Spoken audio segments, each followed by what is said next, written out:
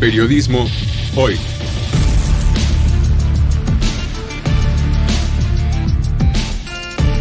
Avatares, riesgos y transformaciones del oficio de informar.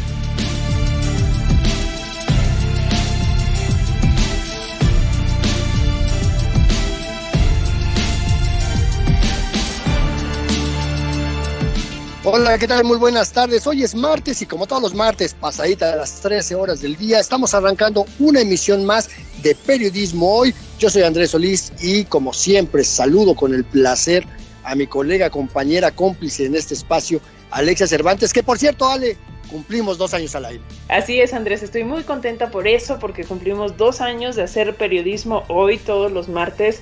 Básicamente lo hemos hecho en la pandemia, en home office, en trabajo en casa, como se le llama ahora, o como le decimos aquí, en chon office, porque creo que nada más alcanzamos a hacer 3-4 emisiones en vivo en la cabina José Vasconcelos de Radio Educación, y de ahí en adelante, bueno, pues hemos estado trabajando a distancia, desde casa, pues en horarios diferentes, pero siempre con el entusiasmo, con toda la energía, con todo el amor y el compromiso por hacer esta tarea.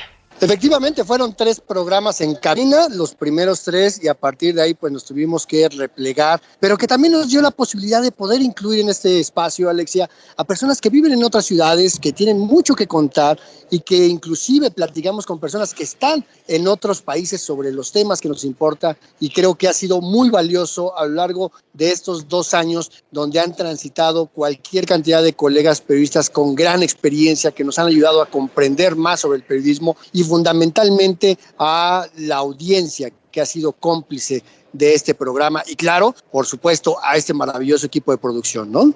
Sin duda, Andrés, y yo invitaría a las personas que nos están escuchando que deseen enviarnos un mensajito, que nos compartan qué les ha parecido este programa, si les gusta, no les gusta, si les ha aportado en algo, si han aprendido algo en este espacio entre ciudadanos, entre periodistas, entre académicos también, y bueno, pues que nos compartieran sus experiencias, sus puntos de vista, todo lo que nos pueda ayudar a mejorar este espacio de comunicación. Rápidamente, antes de pasar de lleno al tema de hoy, también quisiera mencionar este 8 de marzo, aprovechando esta coyuntura, el 8 de marzo, Día Internacional de las Mujeres, bueno, pues también mencionar antes de entrar de lleno a nuestro programa del día de hoy, que es importante hacer una buena cobertura, una cobertura no sesgada de las marchas feministas. También este es un tema del cual estaremos hablando en los próximos días. Y que si me dejas hacer el comercial, mi querida Ale, aquí aprovechando que justamente hoy es 8 de marzo y que muchos y muchas colegas ya están en disposición de ir a hacer la cobertura, en las redes sociodigitales de Periodismo Hoy van a encontrar un protocolo de cobertura de riesgo que elaboré yo precisamente para la cobertura de este tipo de eventos. Así es que estén muy pendientes de esto que les vamos a compartir. Pero mientras, vamos a entrar de lleno a nuestro programa del día de hoy, porque hoy vamos a hablar precisamente del manejo de la información periodística en conflictos, pero muy particularmente en este conflicto que hemos visto a nivel internacional entre Rusia y Ucrania, de cómo algunos medios de comunicación caen en la clásica narrativa de los buenos y los malos, y es que pues la batalla de la información se revela como un frente clave. En esta, todos los recursos son permitidos, inclusive la manipulación, la desinformación, y para controlar la opinión pública precisamente, la cual pues resulta ser un peso importante en la balanza a la hora de tomar decisiones políticas, y de esto vamos a platicar precisamente este día. Pero antes, ¿qué les parece si vamos calentando motores? Vamos arrancando con las recomendaciones de Periotips. Periotips. Noticias y recomendaciones de la agenda periodística de hoy.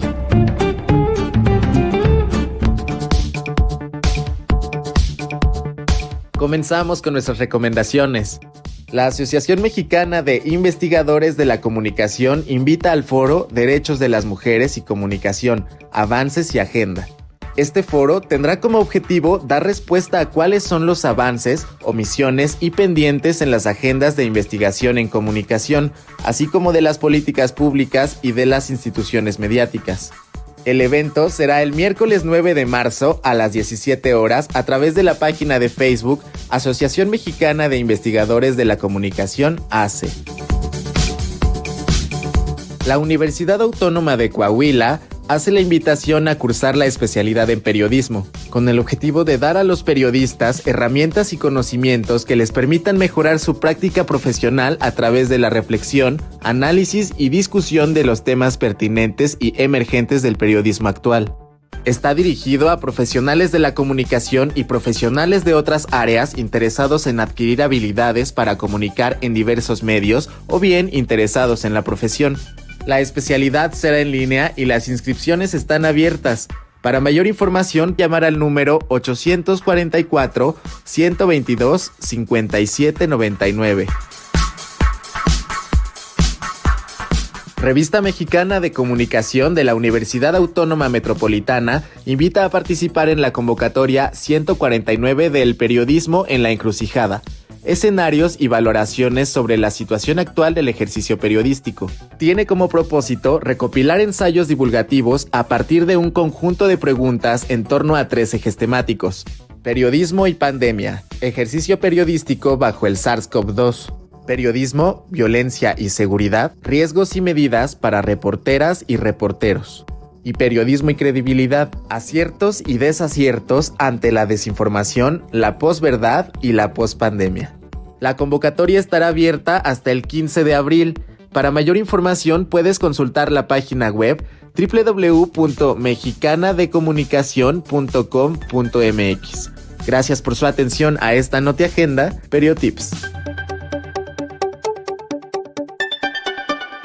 Comuníquense, recuerden que estamos en Facebook como Periodismo Hoy, en Twitter @hoyperiodismo. Ahí vamos a recibir todos sus mensajes, todas sus comunicaciones, y les quiero recordar que hoy, para colegas periodistas que van a cubrir la movilización por el 8 de marzo o cualquier otra movilización social, vamos a compartirles un protocolo de cobertura de riesgo, así que éntrenle en Facebook Periodismo Hoy, en Twitter @hoyperiodismo, y recuerden que también tenemos nuestro podcast en la página de Radio Educación www.e-medioradio.edu.mx. Hoy estamos recordando el aniversario de este espacio de Periodismo Hoy. Cumplimos 2 años al aire, así que también esperamos sus mensajes, comentarios, sugerencias, felicitaciones, reclamos, si es que los hay, por supuesto, todo lo que nos haga mejorar este espacio de comunicación. Y bueno, pues dicho lo anterior, vamos ahora, si les parece, con las primeras pistas de periodismo en persona del día de hoy. Hoy vamos a hablar de un personaje que reportó guerras, golpes de Estado, revoluciones en Asia, en Europa, en América, y bueno, pues es considerado como uno de los grandes maestros del periodismo moderno, y creo que con esta pista ya estamos muy cerca de saber de quién se trata. A este personaje se le atribuye la frase: cuando se descubrió que la información era un negocio, la verdad dejó de ser importante. Así es que si ya tienen una idea de quién vamos a hablar, que va muy ad hoc precisamente al tema de hoy, pues comuníquense. Mientras, vamos a esta primera parte de nuestra conversación con la doctora María Cristina Rosas sobre el manejo de la información periodística en medio del conflicto entre Rusia y Ucrania.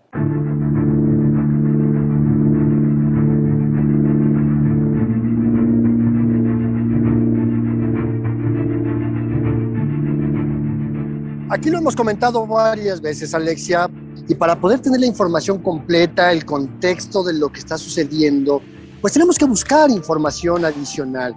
No todo es blanco y negro, y en el contexto de lo que estamos viendo ahora en este conflicto en el este de Europa, pues hay que recordar que en tiempos de guerra, pues los medios de comunicación también son parte del campo de batalla, son parte de los escenarios de la propaganda, de las acciones orientadas a generar opinión, emociones, actitudes y sobre todo comportamientos entre aquellos sectores que identificamos o que las partes identifican como aliados o como enemigos. Y por eso, este día, en esta emisión de Periodismo Hoy, vamos a platicar de cómo se ha estado dando el manejo de la información periodística en el entorno del conflicto bélico, precisamente entre Rusia y Ucrania, y para ello nos va a acompañar en esta emisión la doctora en Relaciones Internacionales María Cristina Rosas, que es además profesora e investigadora de tiempo completo en la Facultad de Ciencias Políticas de la UNAM. Es comentarista sobre temas internacionales en 11 Noticias, en ADN 40, en CNN, la BBC, en Radio Francia Internacional y, por supuesto, en esta, su casa, Radio Educación, tan solo por mencionar algunos. Doctora Cristina Rosas, bienvenida a Periodismo Hoy a través de su casa, Radio Educación. Muchas gracias por la invitación, Andrés. Un placer, como siempre, estar con ustedes. Muchísimas gracias, doctora. Y bueno, pues para comenzar a hablar de esta cobertura que se le ha dado al conflicto entre Rusia y Ucrania en este programa, que tratamos de hacer eso, de analizar desde el punto de vista de los medios de comunicación, del periodismo. Creo que primero hay que entender de dónde viene todo esto, ¿no? Quisiera ayudarnos a ponernos en contexto, doctora, por favor. Claro, con todo gusto.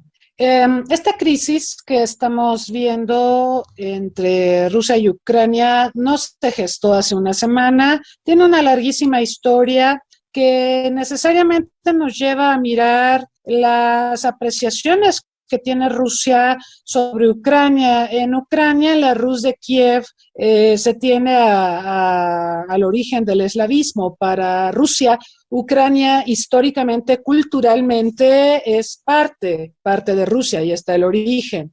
Pero tratando de llevar este análisis a épocas más contemporáneas, hay que recordar que Ucrania formaba parte de la Unión Soviética y que cuando la Unión Soviética se desintegró en 1991, pues un poquito antes de diciembre, Ucrania proclamó su independencia. Entonces estamos hablando de un país que es relativamente joven, 30 años. Como dato al calce, quisiera señalar que, por cierto, México y Ucrania estamos celebrando 30 años de relaciones diplomáticas en este 2022. Sin embargo, pues las condiciones no nos permiten celebrar como hubiésemos querido. Cierro este paréntesis. Cuando Ucrania nace a la independencia, pues por supuesto que afloran una serie de problemas que se gestan por las características de este país. A ver, Ucrania tiene una frontera de unos 1,500 kilómetros con Rusia, o sea, es como la mitad de la frontera que tenemos México y Estados Unidos. Es un país grande para los estándares europeos, pero no tan grande como Rusia. Rusia es el país más grande, más extenso territorialmente hablando del mundo. Tiene 17 millones de kilómetros cuadrados, cabrían 8 Méxicos y medio en la Federación Rusa. En el caso de Ucrania, es un país muy grande, es el segundo, si no me equivoco, más grande de Europa, 660,000 kilómetros cuadrados, como la tercera parte de la República Mexicana, y tiene una población de unos 40 millones de personas. Por supuesto, estos 40 millones no contabilizan a la población de Crimea y de Sebastopol, recordando que en 2014 Rusia realizó una maniobra para anexarse estos dos territorios que pertenecían a Ucrania. Entonces, bueno, esas son las características geográficas de Ucrania. La población de Ucrania está dividida. Hay una población prorrusa y hay una población pro-occidental. Los gobernantes que ha tenido Ucrania pues han sido o pro-occidentales o pro-rusos. El actual gobernante, Volodymyr Zelensky, es pro-occidental, es un cómico de televisión, no es un político, y esto yo sí quisiera enfatizarlo fuertemente. Ucrania ha tenido 6 presidentes desde su independencia, todos corruptos, todos señalados por los Panama Papers, por los Pandora Papers, por caracterizarse o por tener negocios en el extranjero a costa del erario público, por haber incurrido en prácticas de nepotismo, por lavar activos, por poseer empresas fuera del país, un país que es considerado el más pobre de Europa junto con Moldovia. Zelensky llegó al poder a raíz de que, bueno, se postuló a la presidencia y la población estaba bastante harta de los políticos de siempre. Yo quisiera señalar que esto es algo que estamos observando en muchas partes del mundo. La crisis de las instituciones, la pérdida de fe en los partidos políticos, ya la gente no cree en ellos. Entonces se suele votar por personas que suelen ofrecer soluciones prácticamente mágicas a los grandes problemas nacionales. Y bueno, en el caso de Ucrania, cuando se postula Volodymyr Zelensky, que era una superestrella de televisión y un personaje muy conocido para los ucranianos, bueno, contendió, hubo una primera vuelta. La ley dice que si en la primera vuelta no obtienes el 50% de los votos, te vas a segunda vuelta.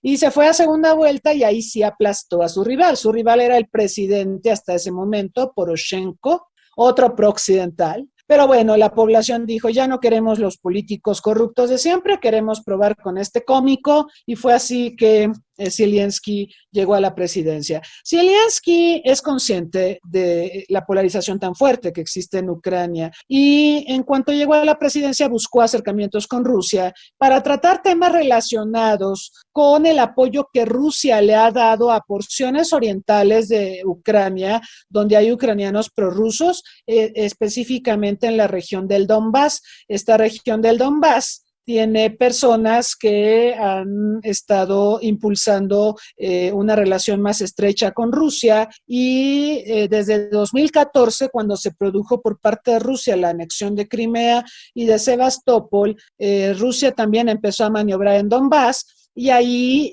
se empezaron a generar muchos conflictos armados entre Rusia y Ucrania.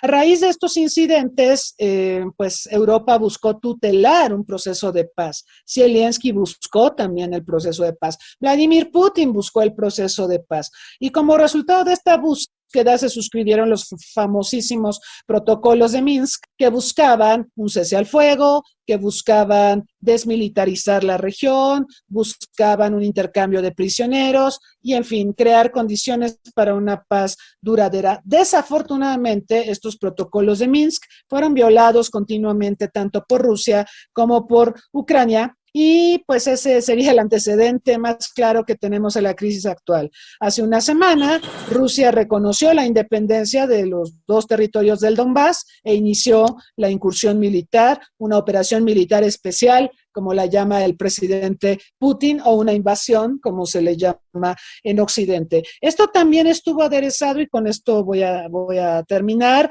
esta respuesta, estuvo aderezado por el hecho de que a medida que se fue estancando el proceso de los tratados de Minsk, Zelensky buscó acercamientos con Occidente. Cuando vio que no podía solucionar las cosas con Vladimir Putin, decidió acercarse a Occidente. Y esto, por supuesto, molestó a Rusia, molestó al presidente ruso, porque Zelensky, de hecho, buscó iniciar un proceso de incorporación a la Organización del Tratado del Atlántico Norte, esta alianza militar que nació en 1949 y que asume como enemigo, bueno, en aquel tiempo a la Unión Soviética y actualmente a Rusia. La OTAN, hay que decirlo, cuando acabó la Guerra Fría, empezó a extender su membresía a territorios que formaban parte de la esfera de influencia soviética. Hoy son miembros de la OTAN, por ejemplo, Polonia, Hungría, República Checa, Eslovaquia, Rumania, Bulgaria y también 3 territorios que eran parte de la URSS, repúblicas del Báltico, Letonia, Lituania y Estonia.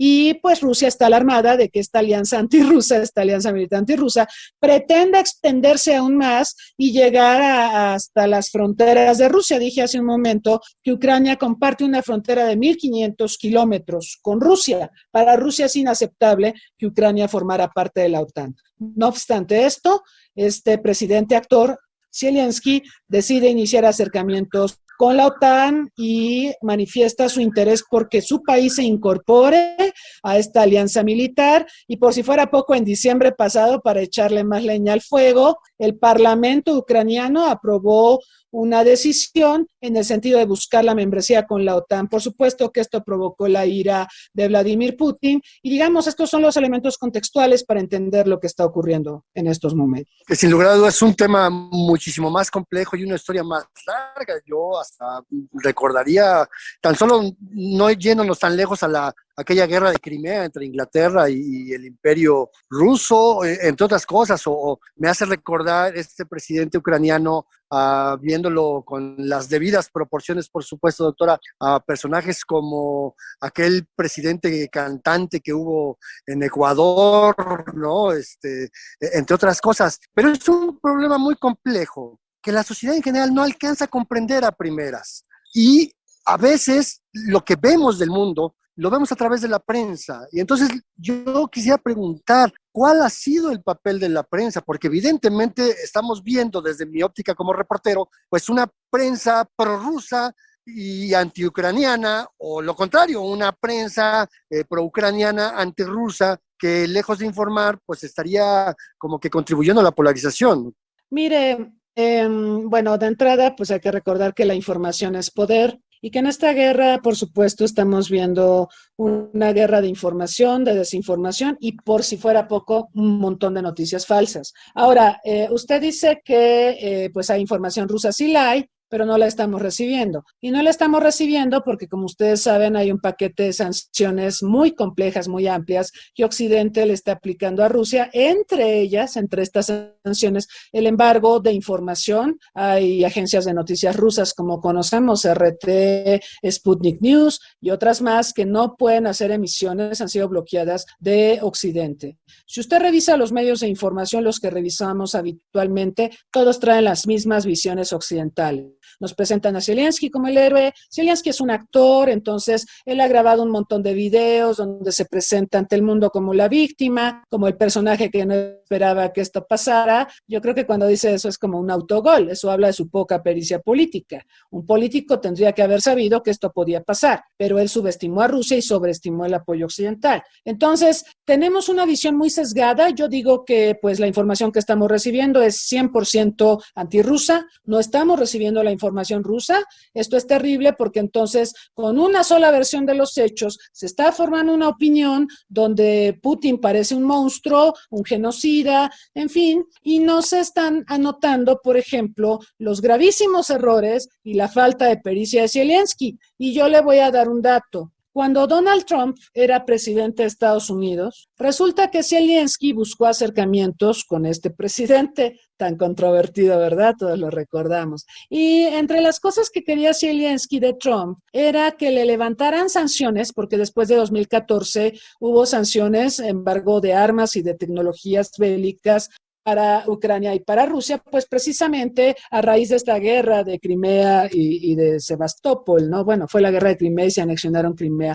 y Sebastopol los rusos. Entonces sobrevinieron sanciones y bloqueos para venta de armas a ambos países. Zelensky en 2020 le dice a Trump, oye, yo me siento amenazado por Rusia, ¿por qué no me levanta las restricciones? Y Trump le dice, mira, antes de hablar de eso, quiero pedirte un favor. El favor que quiero que me hagas es que investigues al hijo de Biden. Biden tenía negocios en Ucrania, como sabemos. Y lo que le dijo Trump a Zelensky fue, investígame al hijo de Biden para poder incriminar al candidato Biden en el proceso electoral de Estados Unidos. O sea, en pocas palabras, lo que les estoy diciendo es que Zelensky conspiró con Trump contra Biden. Así que no crean que para Biden es un placer tener que tratar con Zelensky. O sea, para Biden es un tipo que conspiró contra él. Ahora, el año pasado, cuando Estados Unidos se retiró de Afganistán, Zelensky llegó en visita oficial a Washington.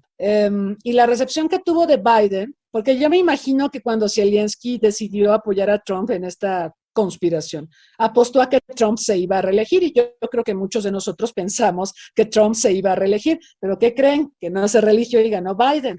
Entonces, cuando llega el año pasado, en septiembre, llegó Zelensky a Washington, despuesito del retiro de Estados Unidos de Afganistán, con todo lo que esto políticamente le implica a Estados Unidos, ¿no? Enviar señales al mundo de que es débil, de que peleó una guerra por 20 años que nunca pudo ganar, etcétera. En ese contexto llega Zelensky, el presidente de Ucrania, le hace un pliego petitorio muy ambicioso a Biden, le dice, oye, levántenme las restricciones de armas porque Rusia me está amenazando y también quiero que me apoyen para ingresar a la OTAN y también quiero que bloqueen el gasoducto ese que está construyendo Rusia y que llegaría a Alemania y bueno, llegó con un pliego petitorio súper ambicioso, pero pues Biden fue distante y fue distante por esta suerte de traición de Zelensky o de conspiración que hizo Zelensky con Trump. Esto no se conoce, por ejemplo, ¿no? Digo, sí se conoce desde el punto de vista de que una de las razones o la razón principal para el impeachment contra Donald Trump es esto que les acabo de contar, esta conspiración con Zelensky contra Biden.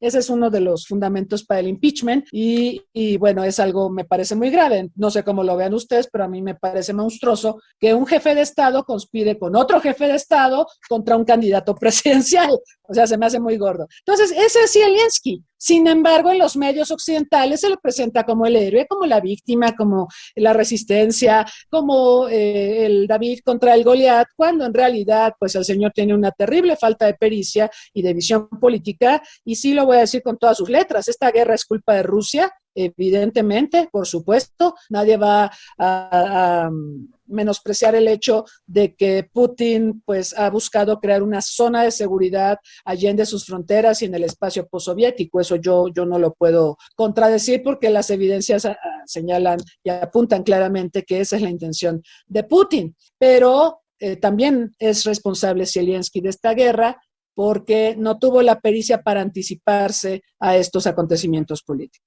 Pues estamos hablando con la doctora María Cristina Rosas. Ella es profesora e investigadora de tiempo completo en la Facultad de Ciencias Políticas de la UNAM y es doctora en Relaciones Internacionales. Estamos hablando del manejo de la información en este conflicto bélico entre Rusia y Ucrania.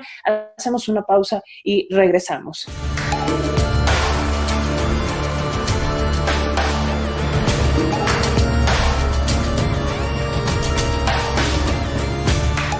Hacemos una muy breve pausa solamente para recordarles que estamos aquí muy pendientes de nuestras redes sociodigitales. Mándenos sus mensajes. En Facebook nos encuentran como Periodismo Hoy, en Twitter somos @hoyperiodismo y déjenme insistir que hoy, por razones de la cobertura de la marcha feminista de este 8 de marzo, precisamente les vamos a compartir a las y los colegas un protocolo de cobertura de riesgo para que puedan cumplir mejor con su trabajo. Y pueden enviar también sus comentarios, sugerencias en torno a este programa y también pues nos pueden mandar las respuestas a la trivia. Alexia, ¿de quién vamos a platicar hoy? Así es, Andrés. Hoy vamos a platicar de un periodista que comenzó a trabajar en la agencia de prensa polaca y luego se convirtió en corresponsal de conflictos sociales entre países que estaban en disputa en el contexto de la Guerra Fría. Este personaje escribió El Imperio, un libro acerca de sus viajes, sus contactos con la antigua URSS, la Unión de Repúblicas Socialistas Soviéticas, y bueno, pues este libro contado desde su infancia, cuando los soviéticos invadieron su natal Polonia, ahí tenemos una pista interesante, reveladora, hasta adulto, cuando pues recorre sus diferentes repúblicas. El Imperio, así se llama este libro. Un periodista que sin duda ha inspirado a generaciones de periodistas en la cobertura precisamente de los conflictos armados en el mundo. Así es que pues es muy fácil. Mándenos sus respuestas a la trivia mientras, ¿qué les parece si seguimos platicando justo sobre cómo hacer un mejor manejo periodístico de un conflicto armado como el que estamos viviendo ahora entre Rusia y Ucrania?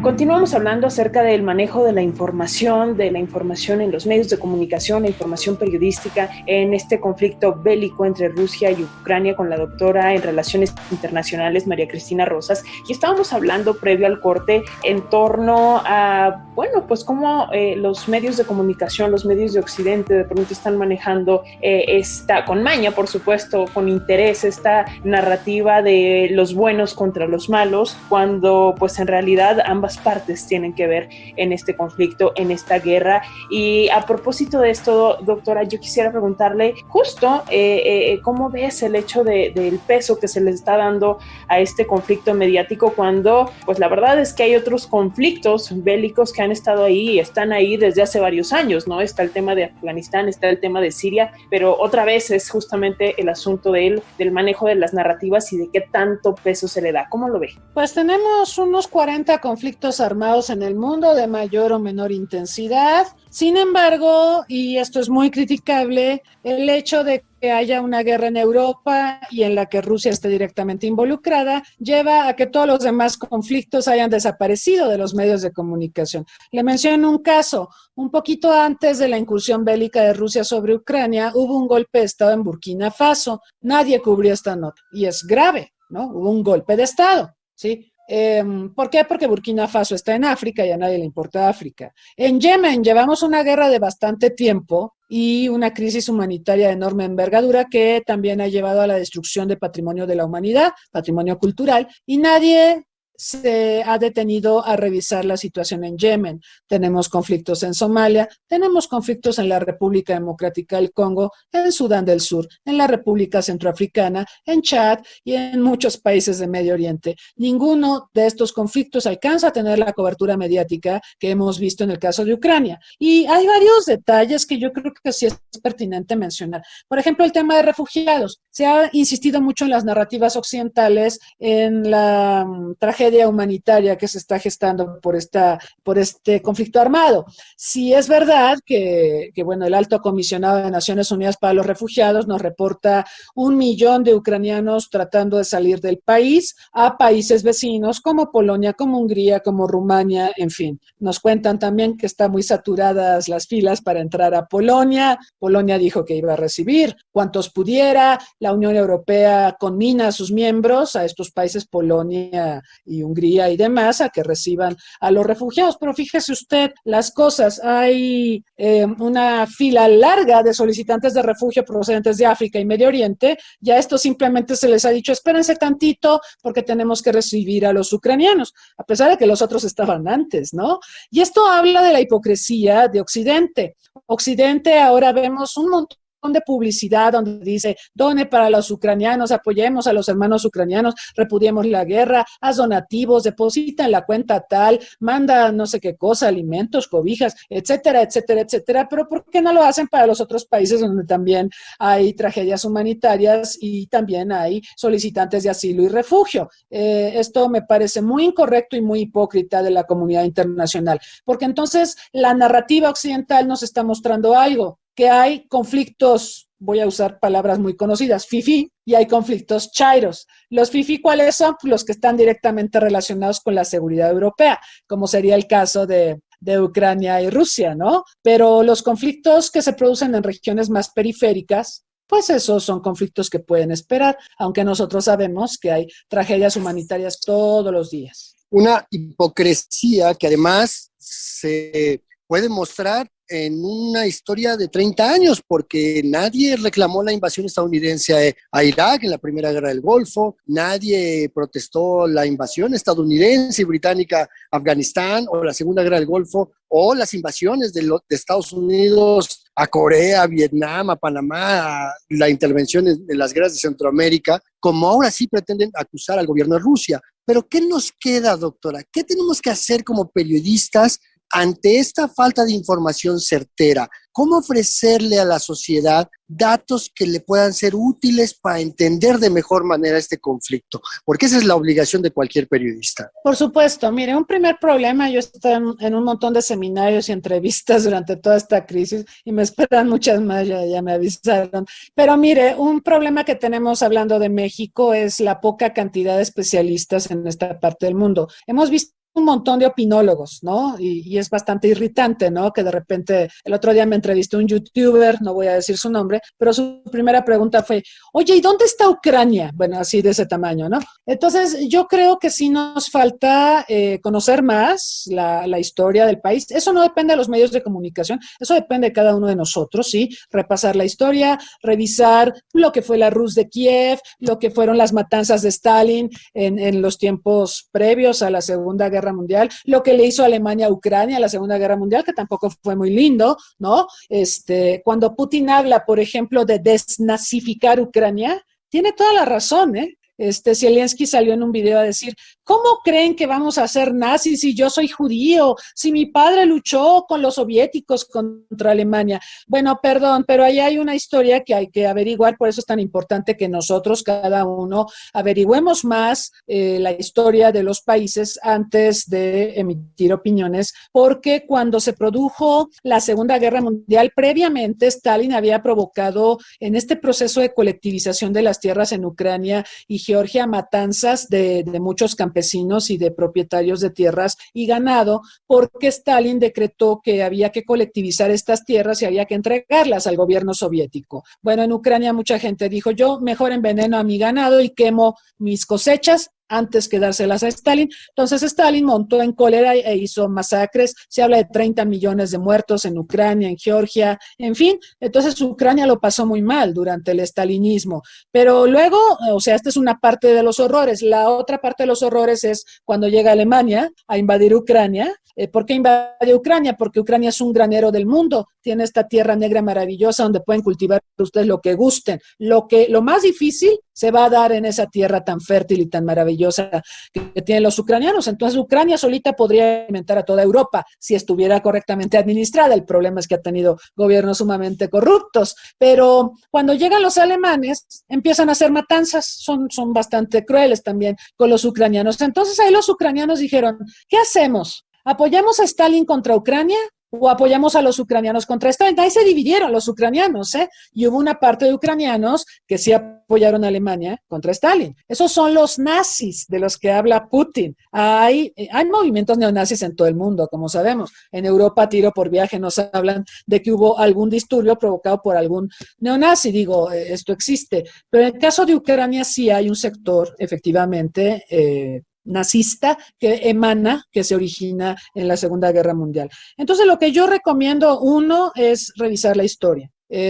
Instruirnos un poco más sobre esta parte del mundo. En México, insisto, tenemos pocos especialistas y hablo de mi ámbito, del académico. En realidad somos muy pocas las personas que hemos estudiado a la región y que podemos emitir una opinión con un poco de conocimiento, ¿no? Pero hay una gran ignorancia. Y por otro lado, yo lo que he estado haciendo para tratar de sortear este cerco informativo, porque abro Milenio y dice lo mismo que el Universal y dice lo mismo que el Washington Post y dice lo mismo que el Clarín y dice lo mismo que todos los medios occidentales, ¿no? Parece que hacen copy-paste, ¿no? Es que también ahí se ve que hay muy poco esfuerzo de investigación. Yo lo que hago, pues, es ver, por supuesto, las fuentes occidentales y luego me voy a RT y me voy a Sputnik. Hoy me encontré con una noticia que yo quise cotejar para saber si era cierta. Me encontré con esta noticia en RT. La noticia que me dejó con el ojo cuadrado, porque, híjole, esto se me hace una mega provocación a China justo en este momento, es que Mike Pompeo, el que fue canciller de Trump, está de visita en Taiwán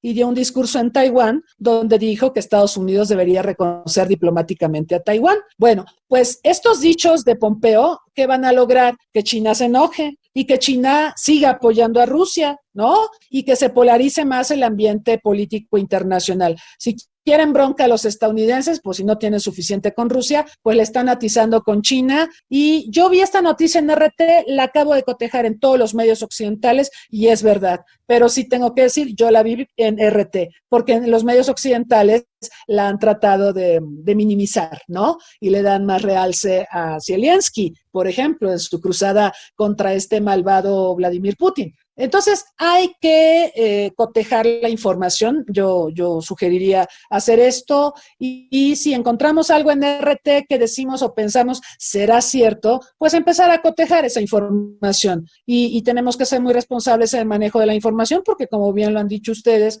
pues la sociedad quiere entender más este complejo proceso bélico y no va a poder comprender esta crisis si no utilizamos fuentes comprobables de información. Así es, doctora, y ya en estos minutitos que nos quedan, ya se nos pasó la media hora volando, pero yo agregaría que, bueno, usar un poquito el sentido común, que a veces es el menos común de los sentidos, pero por ahí luego se comparten hasta que casi fotografías de otros años, de otros conflictos, de localizaciones que no tienen que ver con estos dos países, de casi imágenes de películas de ciencia ficción, de la guerra de las galaxias. Vaya, tener cuidado con lo que compartimos. Y en este sentido, ya para cerrar esta conversación, ¿cómo ves el tema también en Internet en cuanto, por ejemplo, al uso de bots en contra de posiciones de ciertos actores políticos?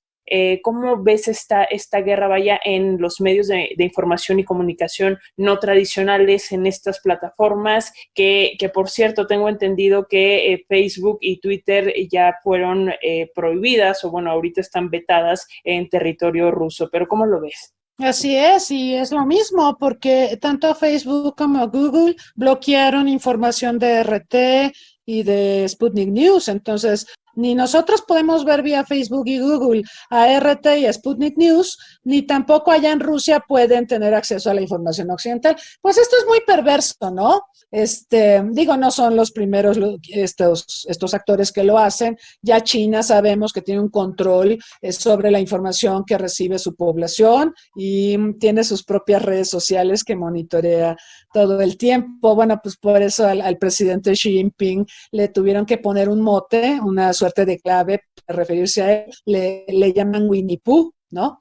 Al presidente Xi Jinping. Entonces los chinos, cuando quieren quejarse del gobierno chino, dicen, es que Winnie Pooh, mira, fue de gira no sé dónde, mira, Winnie Pooh dijo que las vacunas que tenemos que usar son es la clave, ¿no? Pero porque hay un control tremendo de información y una persecución a la libertad de expresión.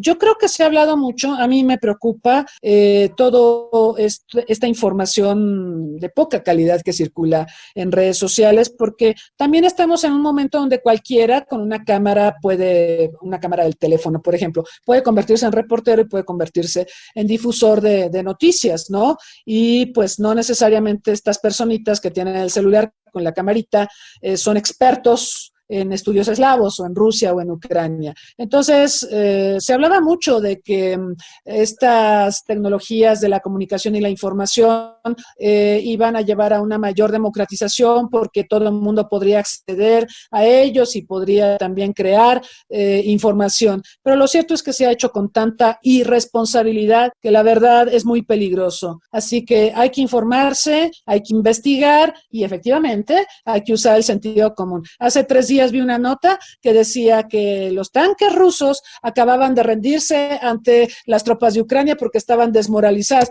Perdón, pero la guerra acaba de empezar. Yo no creo que estén desmoralizadas las tropas rusas a días de que empezó esta incursión bélica. Entonces, hay que tener cuidado con la información. Información es poder y quien controla la narrativa, pues controla muchas cosas y creo que esta charla nos ha ayudado mucho a ilustrar esta parte. Y por supuesto yo me sumo a ese tema de que las redes sociodigitales, lejos de abonar a la comprensión del conflicto, pues lo están tergiversando más porque quien publica pues no es periodista, no tiene el oficio de verificar, de documentar, de investigar, de ir más allá. Y yo me quedo con esta gran lección, doctora, de que tenemos que ir más allá, tenemos que buscar esas fuentes confiables y agradecer, por supuesto, esta extraordinaria charla que sin lugar a dudas va a abonar a las audiencias de Radio Educación a entender mejor este conflicto entre Rusia y Ucrania y lo mal que como periodistas y medios estamos haciendo nuestra charla.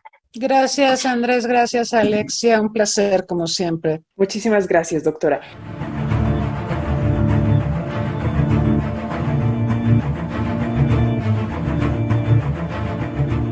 Recuerden que pueden volver a escuchar cualquiera de nuestros programas, tanto este que estamos emitiendo hoy, 8 de marzo, como estos 2 maravillosos años que hemos estado al aire a través de todas las frecuencias de Radio Educación. Y déjame aprovechar también, Alexia, pues para mandar un agradecimiento muy especial a la dirección general de esta emisora, a la dirección de producción, porque confiaron en este proyecto y nos han permitido hacer muchas cosas con total, plena y absoluta libertad. Así es, Andrés, muy contentos de estos 2 años de periodismo hoy, pero pues se nos está acabando el tiempo y vamos ahora, si te parece, vamos de lleno con nuestra sección final, nuestra sección Periodismo en Persona, una sección que, debo recordarles, escribe Andrés Solís y que está dedicada hoy a uno de los grandes maestros del periodismo moderno.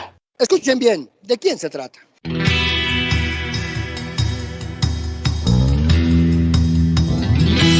Periodismo en Persona. Hoy dedicado a Ryszard Kapuscinski.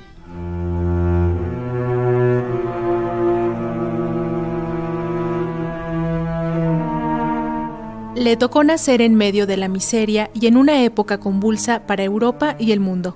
Desde su infancia, se convirtió en una suerte de errante y testigo de hechos que le conmovieron. Quizá estos primeros años de su vida fueron una razón de peso para que se convirtiera en uno de los periodistas más reconocidos del mundo y cronista de las guerras de la segunda mitad del siglo XX. Hoy hablamos de Ryszard Kapuscinski.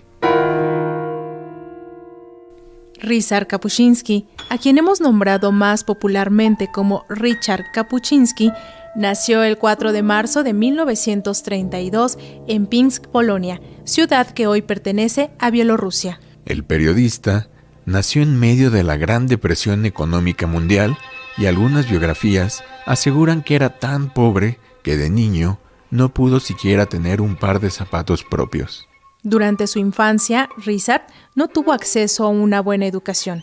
Al estallar la Segunda Guerra Mundial, sus condiciones de pobreza se recrudecieron y junto con su familia tuvo que mudarse a Varsovia en 1945, que era uno de los pocos lugares donde era más fácil sobrevivir. Esa difícil infancia determinó el destino del reportero, y aunque en parte fue autodidacta, gracias a su ingreso al Partido Obrero Unificado Polaco en 1954, pudo acceder a una educación más formal al amparo del comunismo.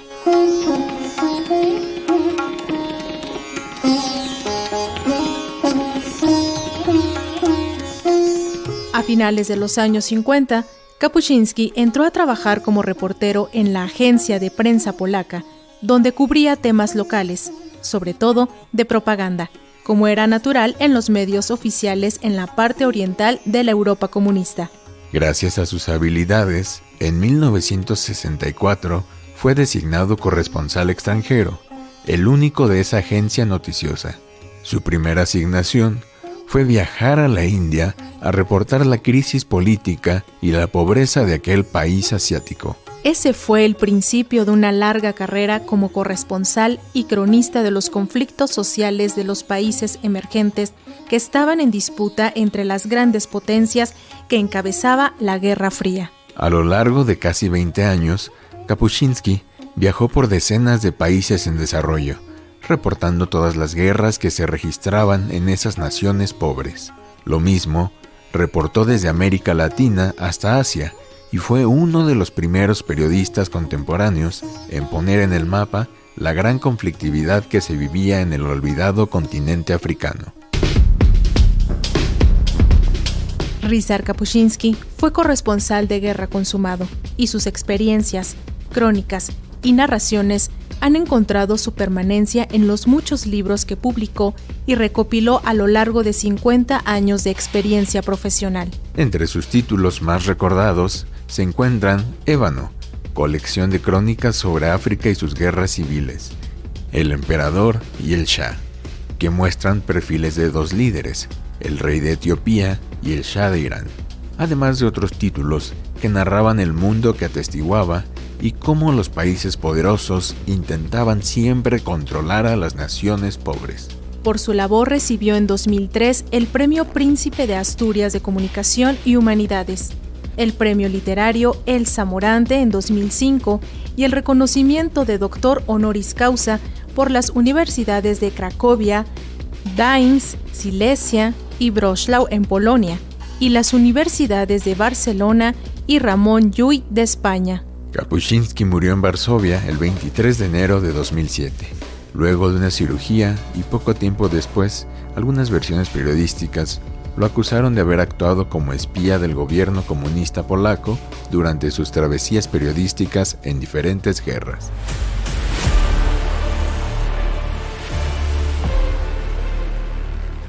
Los cínicos no sirven para este oficio. Para ser periodista es necesario ser buena persona. Es una de las ideas más memorables de este periodista polaco y sigue siendo vigente en un mundo polarizado. Hoy, Ryszard Kapuściński sigue siendo uno de los periodistas más influyentes del mundo y sigue inspirando a muchas generaciones de periodistas que aspiran a ser corresponsales de guerra como él.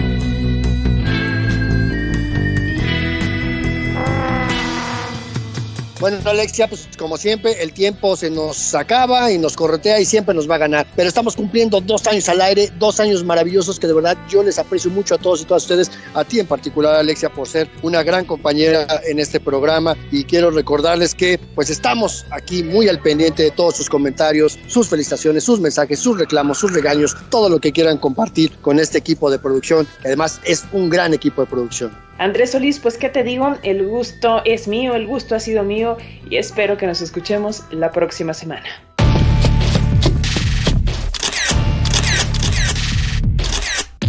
Periodismo hoy. Periodismo es publicar lo que alguien no quiere que se sepa. Todo lo demás son relaciones públicas.